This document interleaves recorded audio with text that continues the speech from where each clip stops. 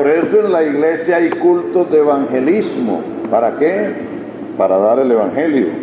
En la iglesia hay cultos de enseñanza. ¿Para qué?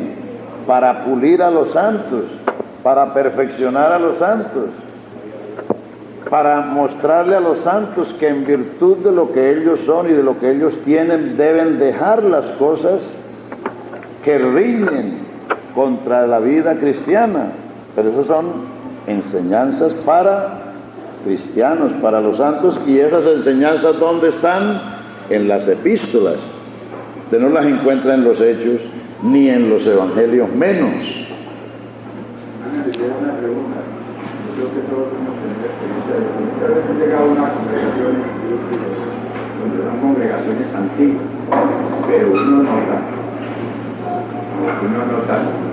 que hay más gente que no ha creído en Dios, que no se han arrepentido, que se han arrepentido. En una palabra encuentra mucha vanidad y mucha no. ¿Cuál sería en ese sentido la mejor forma de enfocar? Porque muchas veces uno recibe congregaciones donde el número es bastante, pero uno principia a escudriñar por qué están ahí y encuentra que no son atraídos por el evangelio, no por una cantidad de cosas ajenas al evangelio. Bueno, lo primero que tiene que hacer un pastor cuando llega a una congregación es ganarse la congregación. Y para eso tiene que darle pan, no palo. Porque las ovejas, aunque tienen amortiguador, también les duele el palo. Las ovejas a veces aguantan, porque tienen amortiguador y se aguantan cientos pastores garroteros. Pero ellas, aunque tienen amortiguador, les duele. Entonces, un pastor lo primero que tiene que hacer es ganarse la congregación. ¿Y cómo se la gana? Pues déles pan. Déles a Cristo, déles lo bueno. Cuando usted se los gane, usted tendrá no solamente la autoridad para corregir, sino que ellos le van a recibir la corrección, porque usted ha demostrado ante ellos que usted es un predicador de Cristo, que usted tiene a Cristo, que usted les da a Cristo. Pero si usted llega garroteando las ovejas, ellas se le esparcen, ellas se le van, porque nadie va a ir a una parte voluntariamente para que le den palo, ¿no? Pues ni los hijos sobre los cuales uno tiene derecho. Si el padre se excede, los hijos se le van de la casa o se le envalentonan. Entonces, uno cuando llega a una iglesia no debe llegar a cambiar nada. El que llega a cambiar cosas en una iglesia está demostrando su ignorancia en la obra de Dios. ¿Por qué? Porque uno llega a una iglesia que no conoce, uno no sabe por dónde va el agua, uno no sabe la estatura de los creyentes espiritualmente, uno no conoce. Entonces uno tiene que dedicarse a conocer primero. Considera el aspecto de tus ovejas y pon tu corazón en tu rebaño. Proverbios 27,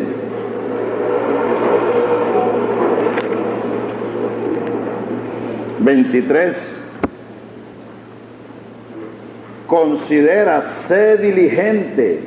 Para uno tratar las ovejas tiene que conocerlas. ¿Cómo les va usted a dar pasto o pan si usted no sabe la estatura, la medida de ellas? Al cordero hay que darle leche, porque el cordero no come pasto, pero a la oveja no se le puede dar leche porque ella quiere es pasto. ¿Cómo hace un pastor para ser buen pastor? Primero tiene que dedicarse a conocer su rebaño, y mientras que los conoce, pues dele pan, que el pan le gusta a todos. Y si el pan es bueno, donde quiera que hay pan, allí va la gente. Así como en un restaurante donde hay bastante gente es porque la comida es buena. Así también en una iglesia donde hay buen pan, la gente va. La gente va donde hay buen pan. La gente va donde los tratan bien. O usted va a un almacén donde pregunta cuánto vale esta camisa y la muchacha le responde con escopeta. ¿Te vuelve?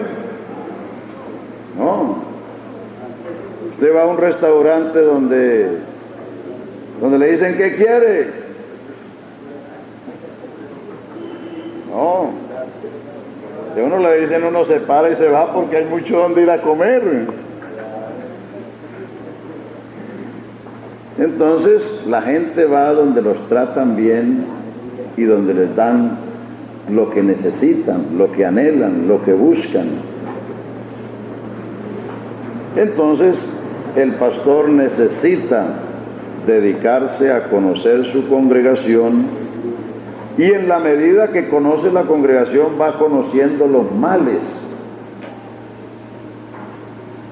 las cosas que hay que corregir, y las va corrigiendo con el tiempo y con la enseñanza. Con misericordia y verdad se corrige el pecado, y con el temor de Jehová se apartan del mal los hombres, pero no a golpes ni a maltratos. Es decir, un pastor así es difícil reconocerlo como pastor, porque un pastor es una persona tierna, amorosa. ¿Sí? No, pues. El pastor que se queja del otro pastor, o sea, se va en contra del pastor saliente. Y a veces se va buscando. Ve, hermanos, el que quiera llegar a una iglesia y encontrar todo perfecto, tampoco sabe su misión. Pablo estuvo en Éfeso 3 años. ¿Y quién más grande que Pablo, que fue apóstol, que fue profeta, que fue evangelista, que fue pastor y que fue maestro? Sí, que tenía todos los dones. Y él inició y estuvo en Éfeso 3 años. Y cuando se fue, que posesionó a aquellos ancianos y les dio ese discurso en Mileto, que está en el capítulo 20, dice: mirad sobre el rebaño que el Espíritu Santo os ha puesto por obispos para apacentar la iglesia que el Señor compró con su sangre. Y vea lo que les dijo: y ahora, os hermanos, os encomiendo a Dios y a la palabra de su gracia, que tiene poder para sobreedificaros. O sea, Pablo creía que esos discípulos de él podían seguir sobreedificando, aunque él era el maestro predicador designado por Dios para los gentiles, pero él sabía que la iglesia tenía que seguir su progreso, y que los que lo sucedían, aunque eran discípulos de él, el Señor era poderoso para sobreedificar, o sea, seguir edificando sobre lo ya edificado. Entonces, el que va a una iglesia va a eso, va a edificar, va a corregir, va a enseñar, va a instruir. Si quiere encontrar una iglesia solamente para que le dé diezmos y lo alaben y todo eso, pues entonces esa persona no sabe en lo que está. No sabe en lo que está. Si uno va a ir a una iglesia perfecta, pues entonces ya fue después de tiempo. Ya fue fuera de tiempo, porque ya cuando la iglesia esté perfecta ya no necesitará quien le ayude, quien la edifique. Hermano, hablando hablando de eso, adolecemos de un mal, y es que hay pastores que le enseñan a la iglesia a escoger el pastor que ha de llegar. Y algunas veces el pastor saliente, no sé si se le ha dado alguna atribución para que tenga que ver en el pastor que lo va a suceder, porque él puede decir, o algunos dicen eso, no me gustaría que fulano me reemplace. Entonces sería bueno que eso se le pusiera remedio. Bueno, eso puede tener su sí, su más y su menos. Desde luego los que deciden los traslados son los oficiales, pero por ejemplo en mi caso yo lo haría. Si yo soy pastor de una congregación y veo que los oficiales van a mandar uno que no puede por su estatura seguir, yo no me voy a oponer, pero les voy a decir a los oficiales, hermanos, esa persona no da la medida, no da la estatura, por lo menos para uno cumplir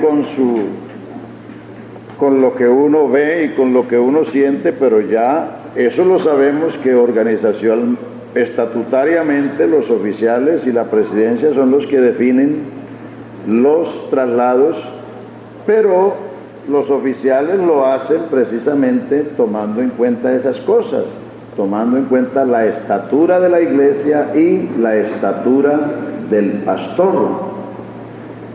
Por eso el pastor no puede pretender que yo tengo que ir a tal parte, porque el pastor está para cumplir una misión, para edificar la iglesia. Entonces, él debe estar más alto espiritualmente que la iglesia, porque el pastor va delante de las ovejas. Si el pastor está más bajito que la congregación, ¿será consecuente que ese pastor los administre? No, yo entiendo eso. Lo que ocurre es que la cuestión puede ir por otro lado, por asuntos personales. Y ahora lo que se me ha enseñado, porque yo recuerdo de esa enseñanza, es que el pastor que se fue trasladado que deje esa congregación quieta, y ahí tiene No. Sí, eso son cosas, es decir, eso no es lo normal, lo corriente, pero son cosas que de pronto aparecen por ahí, pero son cosas que se van corrigiendo. Es decir, lo normal es que los oficiales, que el consistorio, que son las autoridades de la iglesia, pues tomen en cuenta las necesidades de la iglesia y, conociendo la estatura y la capacidad de los pastores, le provean a las iglesias los pastores adecuados, el pastor que está delante.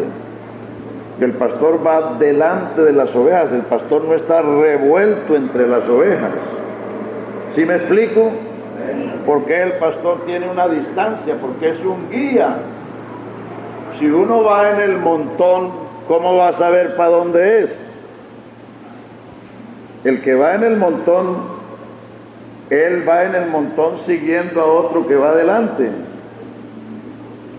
Entonces, por eso el pastor tiene que tener una estatura espiritual mayor que la iglesia, y cuando mínimo al nivel de la iglesia. Pero mandar a un pastor más bajito que la iglesia, eso es trastornar la iglesia, eso es desajustar la iglesia, eso es frenar la iglesia, eso es hacerle mal a la iglesia. Entonces, eso todo lo vamos entendiendo ahí poco a poco, hermanos. Y todos estos desajustes se van emparejando. Y por eso, hermanos, si usted quiere progresar, piense en progresar espiritualmente. No piense que el pastor que más progresa es el que tiene el mejor carro. No, señor. Ni piense que el pastor que más progresa es el que tiene más plata. No, señor. No vaya por ahí. Piense en progresar espiritualmente.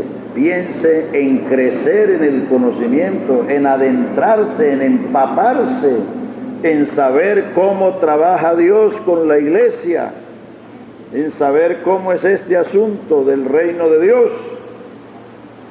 Y entonces, el que es fiel en lo poco,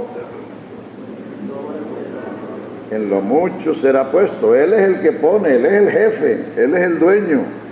Los oficiales son instrumentos que Dios ha colocado en la iglesia para la administración, para todas estas cosas. Y si algún oficial comete un desacierto, un desatino, no quiere decir que eso es lo general o lo que siempre sucede. El hombre está expuesto a errar, porque a veces el hombre no tiene todo el conocimiento de una situación. A veces él ha visto que la situación es de una manera y no ha alcanzado a ver todo, y se puede cometer un desacierto, pero eso no quiere decir que ese es la manera general de hacer las cosas, no. De modo, hermanos, que preocupémonos, hermanos. Si Pablo dijo no que ya lo haya alcanzado todo, ni que ya sea perfecto, ¿qué vamos a decir nosotros? Hermanos, si Pablo dijo eso cuando era preso en Roma, cuando escribió la carta a los filipenses, no que yo sea perfecto ni que lo haya alcanzado todo, sino que dejando lo que está atrás, me extiendo a lo que está delante, al premio de la soberana vocación de Dios que es en Cristo. Gracias, hermano. Ahora, hermanos, que tenemos esta oportunidad, por mi parte, yo ahora me toca trabajar más que nunca, pero estoy contento de hacerlo, porque para esto nos ha puesto el Señor.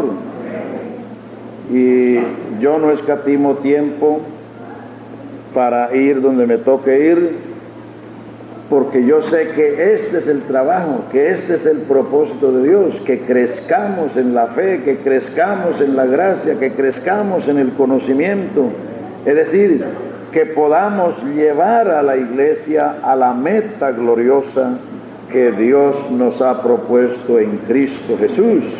Entonces, ahora que tenemos la oportunidad de dedicarnos a estudiar, por lo menos tener un estudio cada 6 meses, si ustedes en verdad le prestan atención y estudian esto, y estudian el librito, porque según las hojas, muchos compraron el librito, oyeron el estudio y lo guardaron, es decir, no lo han estudiado, porque lo que uno se estudia se lo aprende, o no es así en el colegio.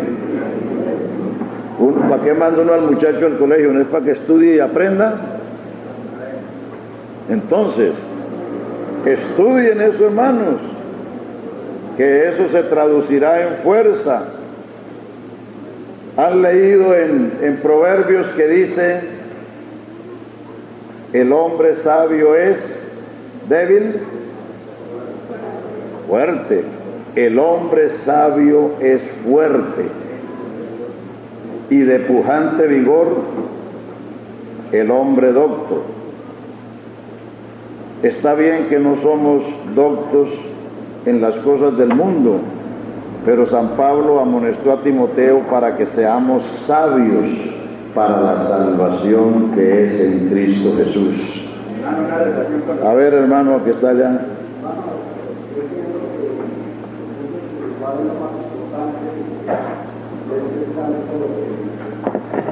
Más adelante en la predicación, el Espíritu Santo. Yo quiero ustedes que piensen con respecto a lo que el pastor, nosotros como pastores, aprender en otra clase, en otro ramo, que también tiene que ver con la predicación, que es el lenguaje, que es el ¿qué piensa usted? Porque es que algunos piensan que de pronto está mal que el pastor se preocupe por saber escribir o por saber expresarse, o cuestiones de administración, cuestiones de libros y de iglesia, que ya se refiere a administración.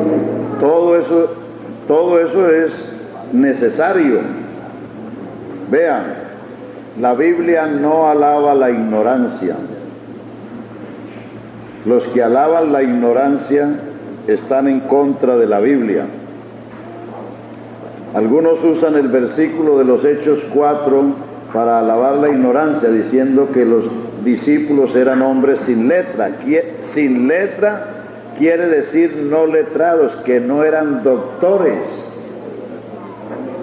Eso es lo que quiere decir hombre sin letra, es una persona que no es un doctorado, pero ellos no eran analfabetas, que es muy diferente.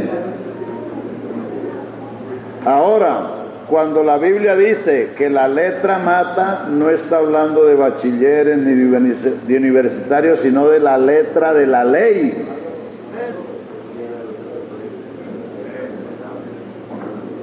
La letra mata porque la ley es el ministerio de muerte escrito en piedra. La letra que mata es la de la ley. Y el Espíritu es el que vivifica. Un pastor debe, sobre todo, tratar de aprender el uso de las palabras, porque nuestro trabajo es de palabras. Predicar y enseñar no es hablar. Nuestro trabajo es cuestión de palabras. Es cuestión de palabras. Las palabras quieren decir lo que dicen y dicen lo que quieren decir. Si uno dice una palabra mal dicha, está distorsionando.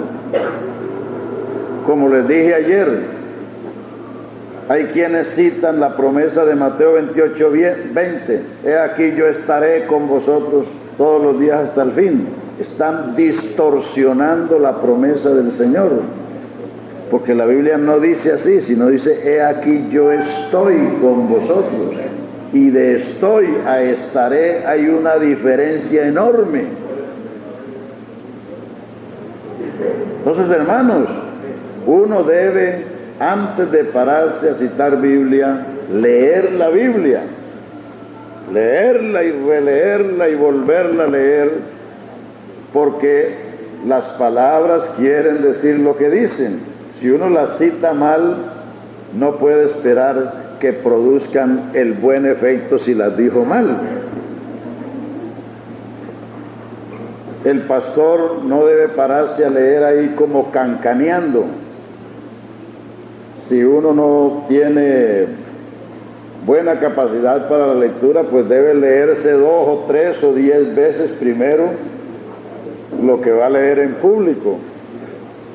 Si le cuesta trabajo leer, y si ya los ojos no le sirven, no esté así, compre gafas. Porque hay algunos que están allá en el púlpito así. Y entonces están leyendo mal. Y todo eso hace que la gente ridiculice el Evangelio, menosprecie el Evangelio.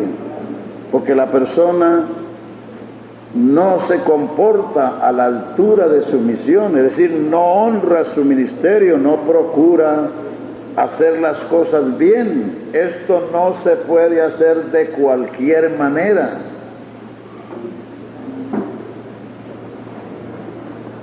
La predicación, el hombre debe esmerarse a lo sumo, es decir, a lo que más dé,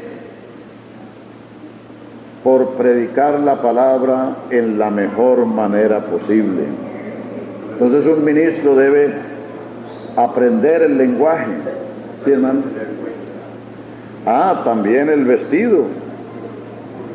Por ahí me estaba diciendo un hermano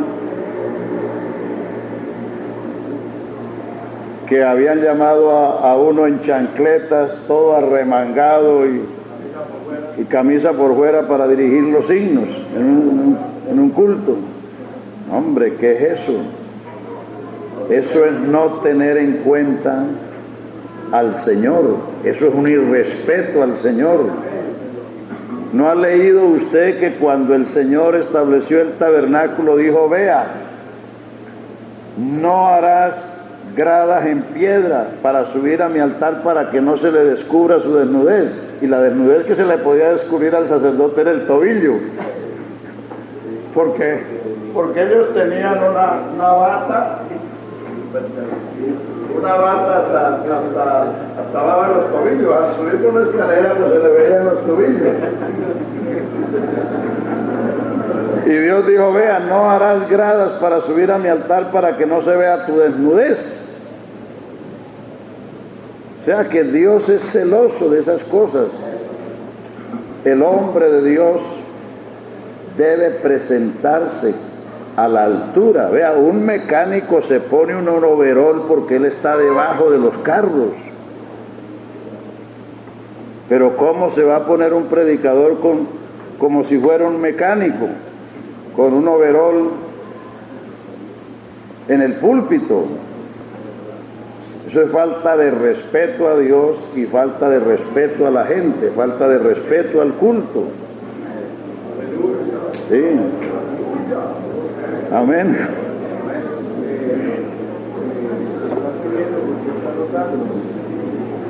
Sin embargo, existe un pequeño problema que yo he descubierto últimamente en esta zona del Magdalena Medio. Ajá. Hay algunos sitios donde los cultos tratados en alma porque los que predican ni usan corbata ni camisas de máscara. Es una cosa. Bueno, ya eso sería un caso aparte. Ya eso serían casos de fuerza mayor, pero si una persona no puede usar corbata por no ir a ofender a un determinado grupo, pero debe presentarse con una camisa limpia y arreglado. A mi juicio, en estas alturas, digamos a nivel que está Colombia y el mundo, nadie se molesta por ver a alguien bien vestido. Sí, claro. Bueno, no, lo que pasa es que hay personas, vea hermano, lo que pasa es que hay sectores donde la gente es alérgica a la corbata. Vea, uno no se pone esto sino por estar bien vestido, pero esto cansa. Yo cuando estoy en tierra caliente y no estoy predicando, yo me quito la corbata, porque eso cansa. Uno en Bogotá se cansa todo el día, todos los días con ese saco encima, porque eso cansa. Pero uno se pone las cosas porque la gente a que uno atiende, debe uno atenderla en la mejor manera posible. Un pastor, cuando está en el templo, debe vestirse apropiadamente, debe hablar apropiadamente, debe tener un lenguaje comedido, respetuoso para la gente. Las almas no son suyas, son del Señor. Y el que hiere las almas, vean, por ahí me estaba diciendo un hermano ahora que en una congregación, que en la congregación de él está, que se fueron varias personas porque el pastor le dijo, bueno, el que no tiene el Espíritu de Cristo está condenado. Entonces ellos dijeron, ¿y entonces qué estamos nosotros haciendo aquí? Se fueron. Por una mala predicación. Una pregunta, hermano, con respecto al compartir. Entonces, hermanos, tengan cuidado. Esas almas, si se pierden, nosotros tenemos que dar cuenta. ¿No dice la Biblia, obedeced a vuestros pastores como aquellos que tienen que dar cuenta para que no lo hagan gimiendo?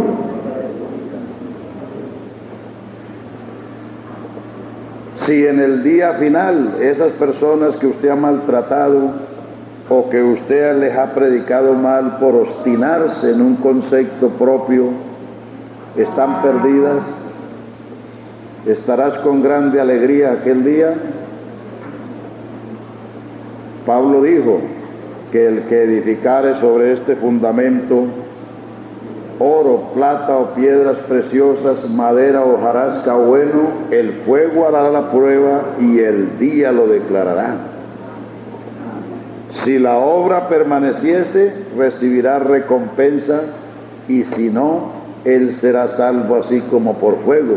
Ojalá que no vayamos a salir como la persona que sale del incendio solamente salvando el pellejo, porque eso es lo que se está diciendo ahí.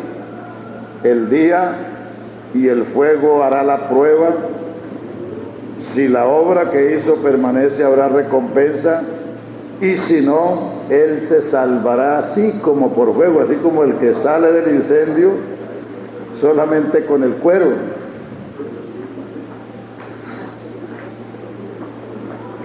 O sea que, hermanos, esto es serio, esto es sagrado. Esto es sagrado, esto es de Dios. Nosotros no somos amos, somos servidores.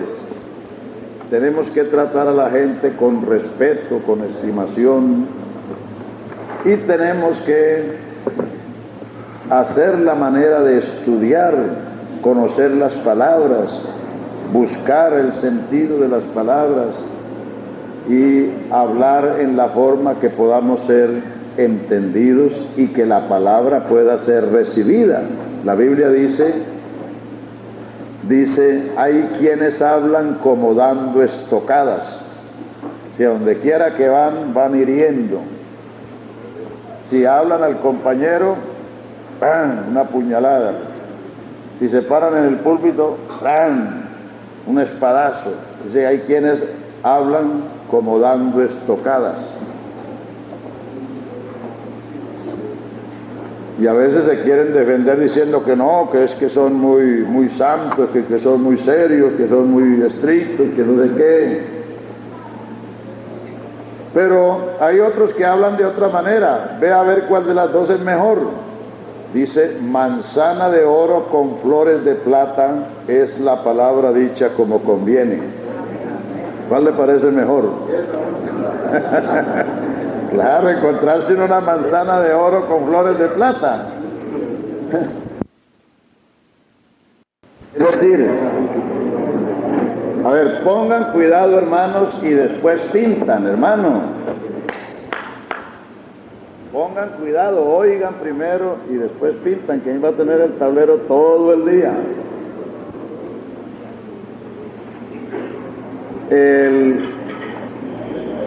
El que enseña como el que predica tiene que partir de un punto y llegar a otro. La Biblia dice que a Dios le agradó salvar a los creyentes por la locura de la predicación, pero no por una predicación loca, que es muy diferente. Es una predicación que no tiene pies ni cabeza, que no tiene comienzo ni fin, es decir, que no tiene orden. Entonces, leyendo la palabra y estudiando la palabra, aprendemos a predicar y aprendemos a enseñar. Porque los escritores arrancaron de un punto y terminan en un punto, en una meta. Entonces, eso debemos aprenderlo nosotros. Uno no debe coger un versículo y darle para allá, estirarlo como un acordeón, dele para allá y dele para acá y no llegar a ninguna parte. Entonces, para eso está esta figura. Romanos comienza en Dios, el Evangelio de Dios, Romanos 1. Entonces, ahí va descendiendo eso al mundo de los hombres. El mundo era una provincia de pecadores. Escuche, hermano, escuche. Un mundo de pecadores, un campo rebelde, un cementerio universal, porque por cuanto todos pecaron, todos mortales. Entonces vea, Dios viene a este mundo de pecadores y aquí juzga a los pecadores, como hemos leído en el capítulo 2 y en el capítulo 3, el juicio de Dios contra el pecado. El resultado es la muerte, la condenación. Entonces luego con la justificación se comienza a ascender, gloria a Dios, a ascender, y en Romanos 8 tenemos al hombre en Cristo, viviendo en el Espíritu, andando en el Espíritu, libre de condenación, libre de la ley del pecado y de la muerte, con la esperanza de la venida de Cristo para ser transformado en la semejanza de Él. O sea que el Evangelio nos eleva, nos asciende. Y entonces eso es una forma que debemos tener en cuenta para predicar. Si usted comienza aquí con el mundo de pecadores para tratar de subir al hombre a Dios, jamás lo podrá hacer. Eso es lo que ha hecho la religión por todos los siglos. Usted ve en la Biblia que hay varios descensos y ascensos. Por ejemplo, en Filipenses, haya en vosotros el sentir que hubo también en Cristo, el cual siendo en forma de Dios, no tuvo por usurpación ser igual a Dios, sino que se anonadó, se hizo semejante a los hombres, hallado la condición de hombre, se hizo siervo y se humilló hasta la muerte de cruz. Ahí tiene el descenso. Y luego dice, por lo cual le ensalzó a lo sumo y le dio un nombre que es sobre todo nombre, para que en el nombre de Jesús se doble toda rodilla. En Efesios 4, donde habla del ministerio, el que subió por encima de todos los cielos, ¿quién es? Sino el que había descendido a las partes más bajas de la tierra, él mismo que subió por encima de todos los cielos para llenarlo todo. Entonces, en Romanos tenemos eso. El Evangelio es la provisión de Dios viniendo al mundo, encontrando al hombre pecador, condenado, mortal, perdido, sin Dios, sin esperanza, y mediante lo que hemos leído de Romanos 3:21 en adelante, justificado, reconciliado, santificado, libertado del pecado, de la ley, de la condenación, de la ley del pecado, el hombre va ascendiendo y el hombre cristiano está en ese nivel. O dicho de otra manera, como se lo dijo Pablo a los Efesios, estando vosotros muertos en pecados y delitos, Él os dio vida y Él os resucitó y os hizo sentar en lugares celestiales con Cristo. Es decir, el Evangelio es lo contrario al pensamiento y a la religión del hombre. El hombre a lo largo de todas las edades se ha puesto a hacer escaleras desde el mundo para alcanzar a Dios. Los rezos, las ceremonias, las penitencias, los monasterios, los santuarios, todo lo que el hombre ha hecho es tratar de tender un puente entre el mundo pecador y el Dios santo. Ese es el pensamiento del hombre, esa es la religión humana. Pero el pensamiento de Dios es todo lo contrario. El Hijo del Hombre vino a buscar y a salvar lo que se había perdido. Aleluya.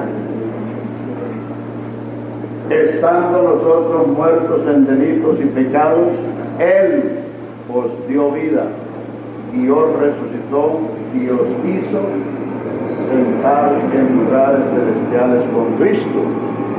La lucha de un cristiano no es alcanzar un lugar porque ya lo tiene. La lucha de un cristiano es mantenerse en el lugar que Dios lo ha puesto al salvarlo. Cuando Él nos salvó, nos levantó y nos sentó en lugares celestiales con Cristo.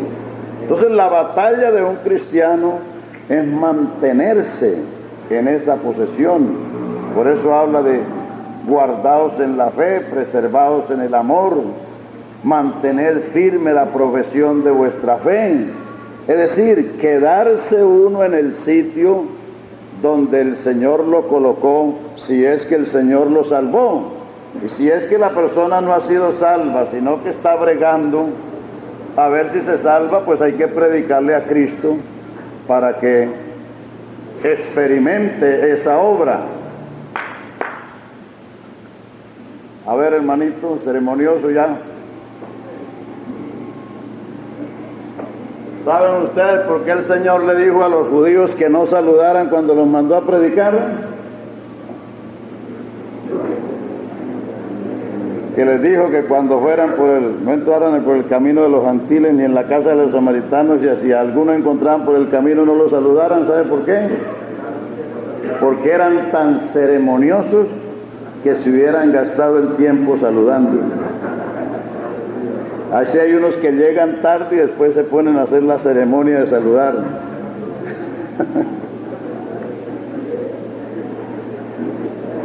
Bueno, de manera, hermanos, que tenga usted en cuenta eso, que Romanos es una escalera para llegar a Romanos 8, que es uno de los grandes capítulos de la Biblia, que es la vida triunfante en Cristo. Para llegar a Romanos 8 hay un proceso. Hay que oír el Evangelio, hay que reconocer el pecado, hay que reconocer la condenación por el juicio de Dios, hay que reconocer la justicia de Dios para ser justificado, hay que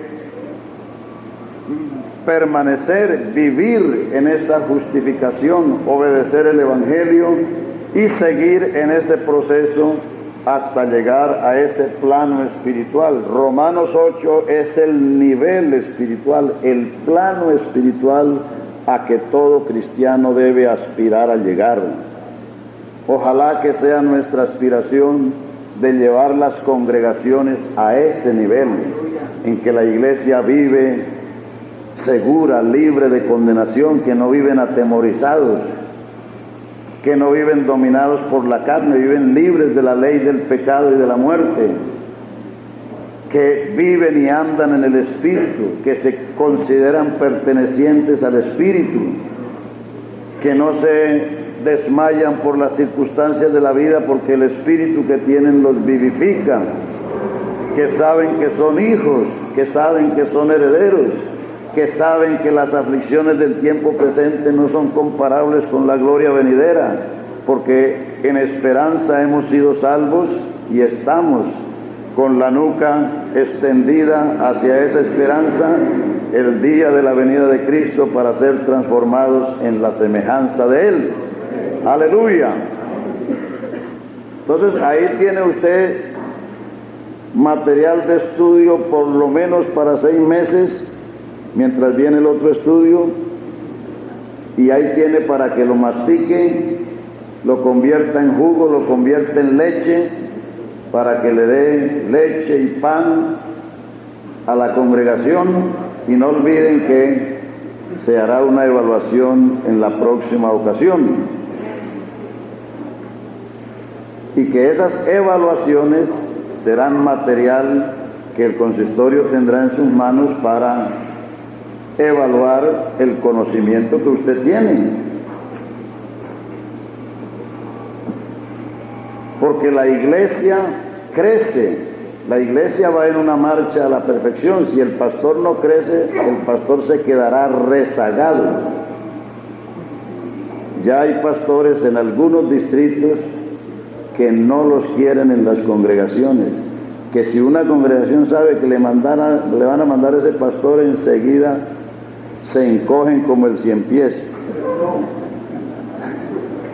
Dice, para acá no nos manden ese señor.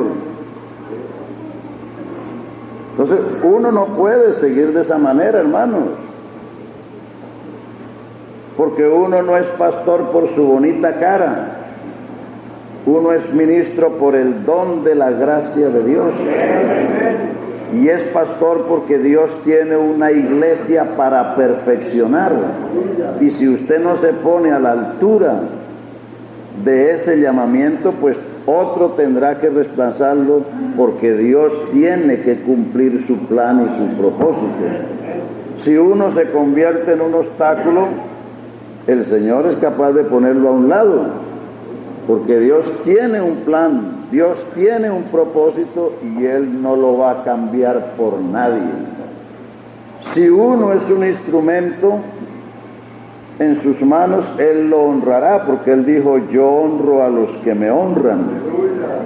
Pero Él dijo: los que me tienen en poco serán viles o son viles. Sí, los que no les importa, que lo mismo les da a caer que quedar colgando. Entonces, los que tratan la iglesia del Señor como si fuera la finca de ellos.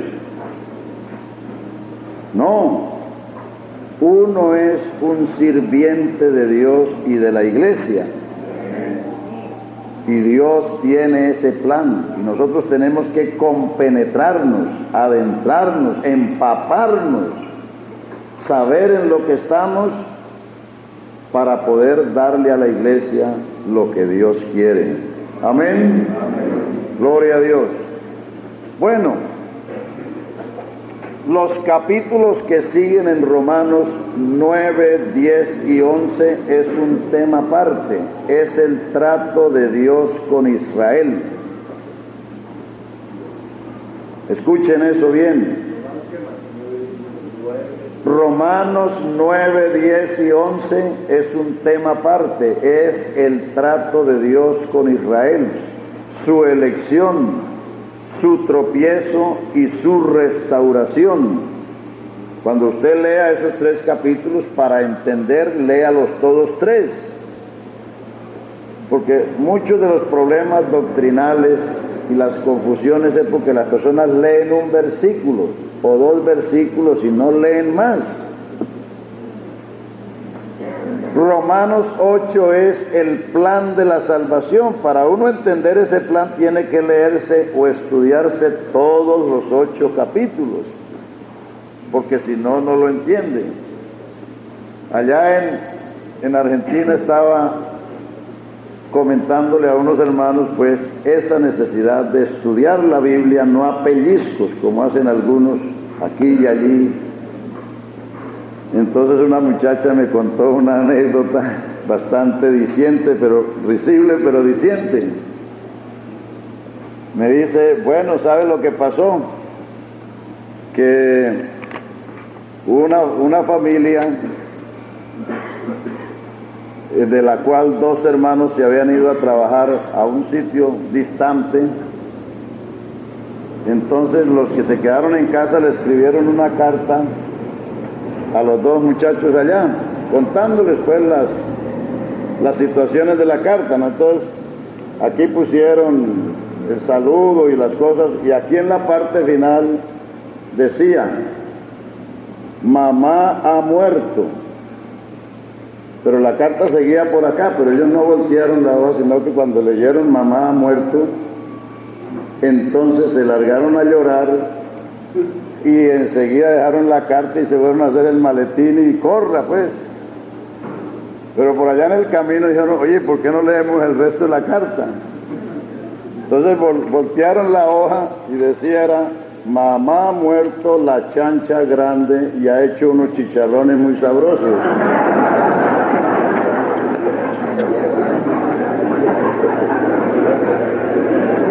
O sea que ellos se habían perdido la llorada y la caminada.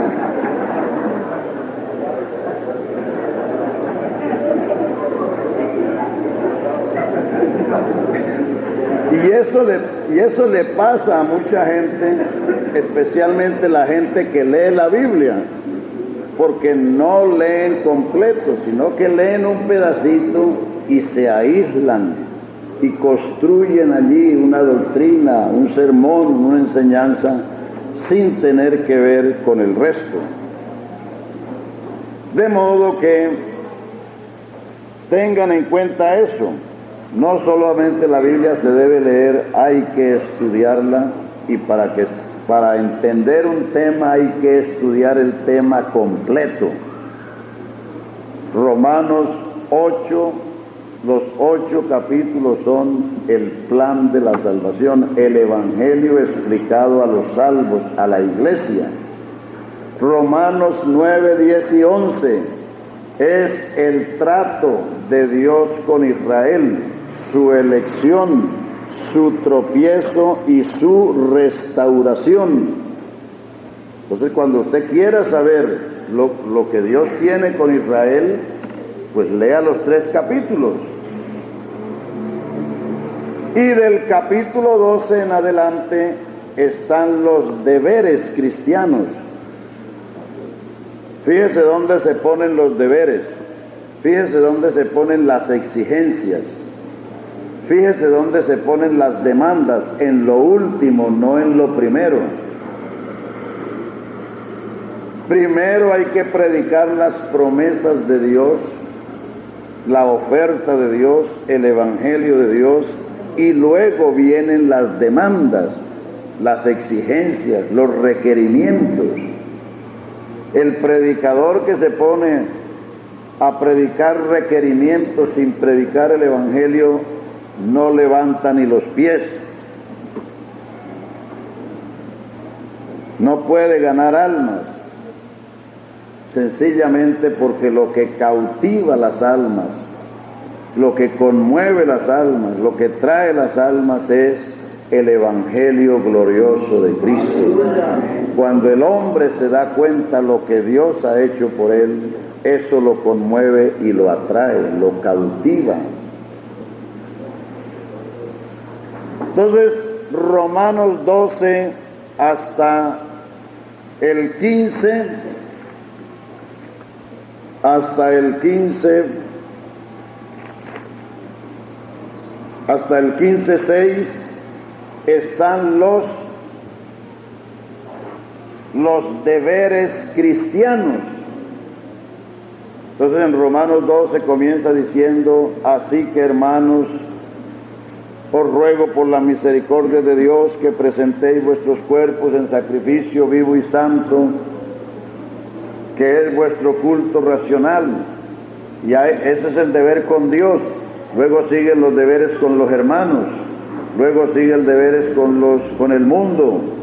Si es posible tener paz con todos los hombres, hacerlo. Y luego en el capítulo 13 está los deberes con el gobierno, las autoridades civiles. Y el capítulo 14 los deberes con los débiles en la fe, con los flacos en la fe. Entonces, fíjese usted que para demandarle a alguien hacer algo, primero hay que enseñarlo. ¿Cómo se le va a demandar consagración a una gente que no se le ha enseñado quién es Cristo y qué es el evangelio? La persona se consagra en razón de que entiende quién es Jesucristo y qué ha hecho Jesucristo por él. Eso es lo que lo motiva, lo que lo impulsa, lo que lo cautiva a consagrarse. Pues usted pone a hablarle de consagración, pero no le dice lo que Él ha hecho por usted, pues logra que la persona haga algo, pero no es algo estable, no es algo consecuente, no es fruto, no es resultado del evangelio, sino algo que usted le impone. Vea, usted tiene que venir a orar a tal hora. Pero si la persona sabe lo que el Señor ha hecho, entonces sale del corazón espontáneamente el deseo de adorarle, de glorificarle, de proclamarlo, de servirle. ¡Aleluya! Una cosa es que la gente hagan estas cosas como resultado, como fruto, y otra cosa es que un pastor llegue y ponga un poco de reglas, las imponga. Vea, aquí hay que hacer esto, aquí tienen que venir a tal hora, aquí hay que ayunar tal día, que esto, que lo otro. El Evangelio es una oferta de Dios que cautiva, que atrae y que cuando se recibe produce frutos. En cambio, a veces hay personas que quieren hacer el Evangelio a la manera católica, es decir, imponiendo. Noten que el ayuno no se impone, se proclama. Como dijo el profeta, proclamad ayuno. De proclamar a imponer ayuno eso es muy diferente. Proclamad ayuno en la congregación. Se proclama y el que oye esa proclama y corresponde, pues participa de ello y se beneficia. Pero otra cosa es imponer ayuno, que es muy diferente. El Evangelio no se impone, se proclama, porque el Evangelio es suficiente para crear, para producir en la gente los efectos convenientes, necesarios para el bienestar de la iglesia. Gloria al Señor. Bueno, entonces, no olviden eso y estudien, hermanos, esos capítulos siguientes. Y a propósito, noten también en las demás cartas lo mismo. Voy a ponerle otro ejemplo. La carta de los Efesios, hasta el capítulo 4, verso 16, es doctrinal. Y de ahí para allá comienzan los requerimientos. Esto pues digo y requiero en el Señor, que ya no andéis como los otros gentiles. Pero ¿en virtud de qué? ¿En razón de qué? En razón de todo lo que dice desde el capítulo 1 hasta el verso 16 del capítulo 4, donde está la doctrina, es decir, todo lo que el Señor ha hecho por su pueblo. ¿Sí me explico? ¿Sí me entienden? Primero se predican las promesas.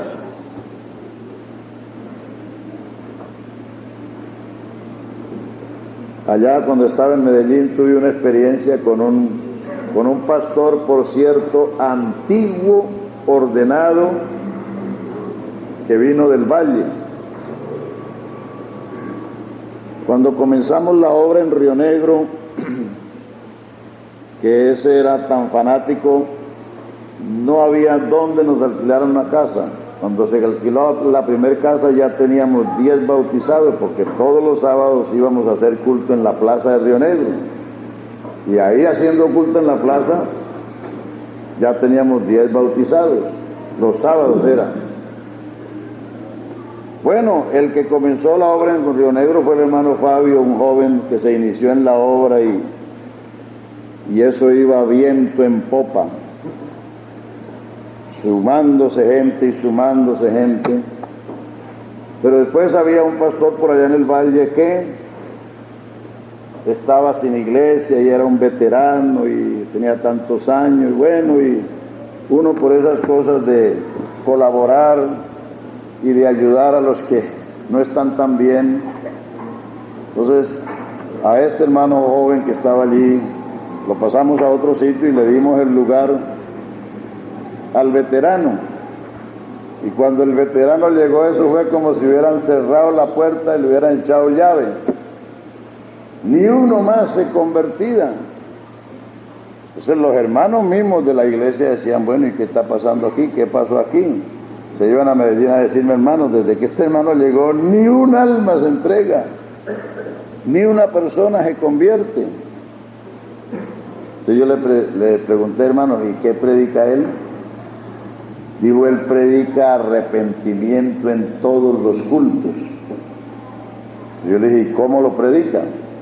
O sea, él predicaba el arrepentimiento sin el Evangelio. ¿Qué se le va a arrepentir la gente a alguien así? Es que el Evangelio es la vida, es la salvación, es el poder, es la gracia, es la gloria. A cualquier borracho, católico, que haya quien sea que le diga que deje lo que está haciendo, él no lo deja, sino que se envalentona. ¿Usted por qué me viene a juzgar la religión mía? Pero si uno le da el Evangelio, la gente ve que el Evangelio es más glorioso que todo lo que ellos han visto y oído. Y tira sus cosas y abraza el Evangelio. Pero el que predique el Evangelio, el que predique el arrepentimiento sin el Evangelio, no levantará ni los pies. Ojalá que sea ordenado, que sea veterano, quien sea. Como dijo el Señor Jesús, arrepentíos y creed en el Evangelio. Sin el Evangelio no hay nada, hermanos.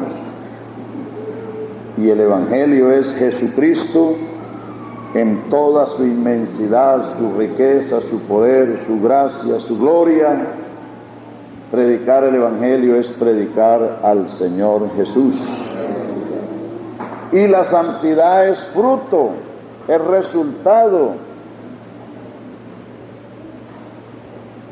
Por eso los que se ponen primero a predicar sobre zarcillos y coloretes y modas y todas esas cosas, muchas veces lo que se ganan es la burla de la gente.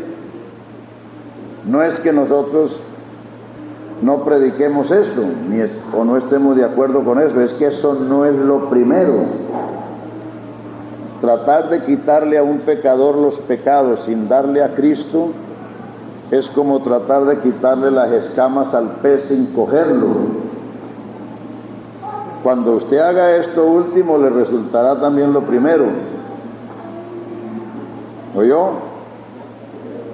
Cuando usted sea capaz de quitarle las escamas al pez antes de cogerlo, podrá quitarle el pecado a los hombres antes de darle a Cristo. Entonces ve a ver si puede. Ve a ver si puede. ¿Qué fue lo que Cristo mandó? Ir y predicar el Evangelio. Usted ven a los apóstoles en los discursos, vean los hechos, hay discursos que son mejores, ¿cómo es que se llama esto que usa el predicador? Mejores bosquejos. En los hechos están los mejores bosquejos de sermones. Ahí están los discursos de Pedro en el aposento alto, en el pórtico de Salomón, en la casa de Cornelio, el discurso de Esteban, el discurso de Pablo en Listra, el discurso de Pablo, bueno, en Éfeso, en fin. Póngale cuidado a ver cuándo en esos discursos los apóstoles estaban metiendo las arandelas. Póngale cuidado que ellos estaban predicando a Cristo. Pero cuando ya esa gente recibió a Cristo y fueron bautizados, entonces les escribió para que se quitaran las arandelas. Entonces ya le dice, vea, el que robaba no robe más, sino que trabaje con que tenga lo necesario y ayudar a su hermano. El que maldecía ya no maldizca más. El que gritaba ya no grite más. Entonces, las cartas se les escribieron a gente convertida para enseñarlos a vivir la vida cristiana.